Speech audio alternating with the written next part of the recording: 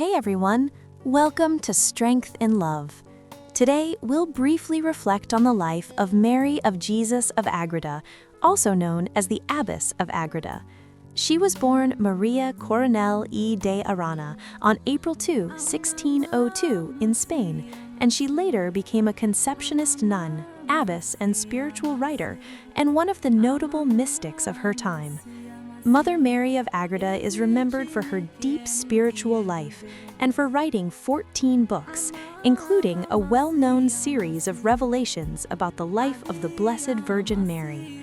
She also maintained an extensive correspondence with King Philip IV of Spain, offering him spiritual counsel for many years.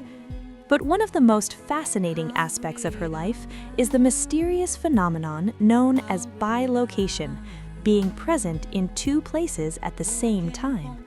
While living a cloistered life in her monastery in Agreda, Spain, Mary reported that between 1620 and 1623, she was often transported by angels to distant lands in what was then called New Spain, in regions that are now Texas, New Mexico, and Arizona.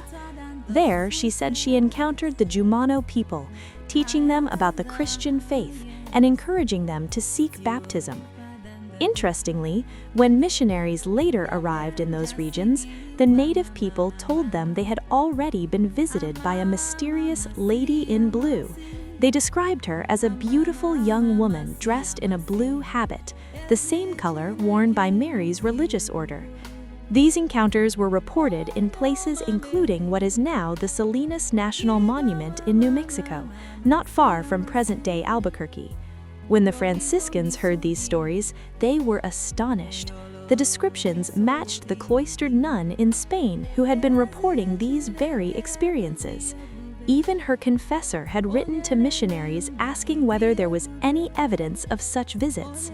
As news of these mystical journeys spread, the Spanish Inquisition investigated the matter. However, Mary was never severely prosecuted, possibly due to her reputation for holiness and her long correspondence with the king. Her story deeply inspired 17th and 18th century missionaries who believed her prayers and mystical experiences helped prepare the way for evangelization in the American Southwest.